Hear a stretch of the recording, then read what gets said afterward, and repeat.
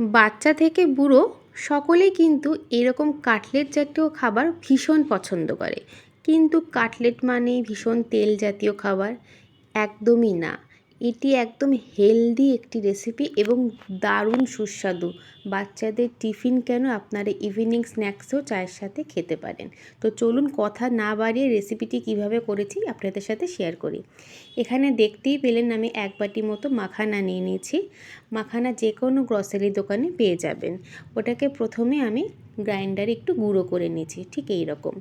তারপর 4 ভাগের 1 কাপ যে মেজারমেন্ট কাপ পাওয়া যায় সেই কাপে 1 কাপ ওটস আর একটি গাজর চপ করা, একটি ক্যাপসিকামটা অর্ধেকটা ব্যবহার করেছি চপ করা, একটি পেঁয়াজ কুচি ওটাও চপ করে নিয়েছি, আর একটু ধনেপাতা কুচি, আর স্বাদের জন্য অল্প একটু আদা কুচি, একটু রসুন কুচি, ঝালের জন্য 2টো কাঁচা লঙ্কা। আর এখানে 3 থেকে 4 টেবিল চামচ টক দই। টক দইটা কিন্তু অবশ্যই দেবেন বন্ধুরা। তারপর সমস্ত মিশ্রণগুলোকে প্রথমে আলতো হাতের সাহায্যে ভালো করে মেখে নিয়েছি।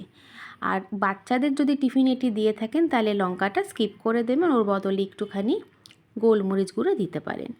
তারপর ছোটো চামচের 1 চামচ লবণ, একটু হলুদ গুঁড়ো, একটু কালারের জন্য কাশ্মীরি রেড চিলি পাউডার, একটু গরম মশলা, একটু জিরে গুঁড়ো, আর এখানে আমি একটু স্বাদ বাড়ানোর জন্য পাও ভাজি মশলা অ্যাড করেছি 1 টেবিল চামচ।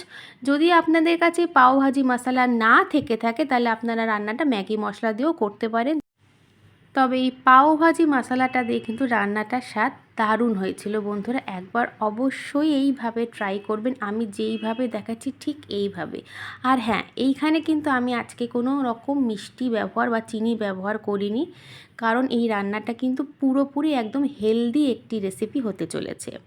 তারপর আমার মাখা একদম কমপ্লিট। তারপর হাতের মধ্যে একটু সাদা তেল ভালো করে মেখে নিয়েছি, যাতে এই কাটলেটটা গড়তে সুবিধা হবে, হাতে লেগে যাবে না। দেখতেই পাচ্ছেন আমি এখানে গোলাকার আকৃতি করেছি, আপনারা চাইলে যে কোনো আকারে কাটলেট করতে পারেন। তো গোলাকার আকারটাই কিন্তু সবচেয়ে ঝটপট হয়ে যাবে। দেখুন ঠিক এই রকম। এইভাবে আমি প্রত্যেক কটা কাটলেট একইভাবে করে নেব। আমার 1 কাপ ওটস দিয়ে এখানে প্রায় 7 মতো কাটলেট হয়েছিল। তারপর এখানে 2 টেবিল চামচ সাদা তেল ব্যবহার করেছি, চাইলে আপনারা এখানে অবশ্যই ঘি দিয়ে রান্নাটা করতে পারেন। তবে সাদা তেলেও কিন্তু এই কাটলেটগুলো মন্দ লাগবে না। তো একইবারে সব কটা কাটলেট আমি একটা প্যানের মধ্যে দিয়ে দিয়েছি। আর অবশ্যই রান্নাটা কিন্তু আপনারা লো ফ্লেমে করবেন। গ্যাস বাড়িয়ে দিয়ে করলে বাইরেটা কিন্তু পুড়ে যাবে আর ভেতরটা একদম কাঁচা থেকে যাবে, কারণ ভেজিটেবল কিন্তু বয়েল করা নেই। সেই কারণেই আমি একদম মিহি চপ করে নিয়েছি, যাতে খুব তাড়াতাড়ি রান্নাটা হয়ে যায়।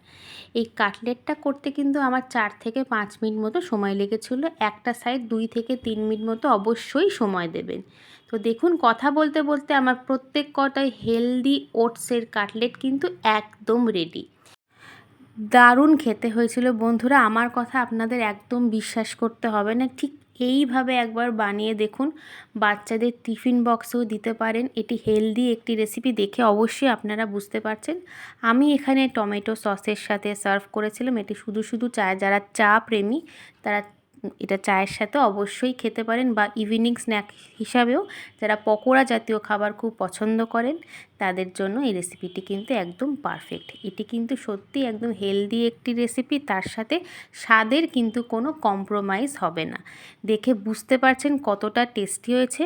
আমার তো ভয়েস দিতে দিতে আবার এটি খেতে ইচ্ছে করছে। যাই হোক, ভালো লাগলে অবশ্যই জানাবেন, আমার পাশে থাকবেন, আর ভুল ত্রুটি হলে কিন্তু সেটাও অবশ্যই বলবেন। আপনারাও ভালো থাকবেন, সুস্থ থাকবেন। ধন্যবাদ।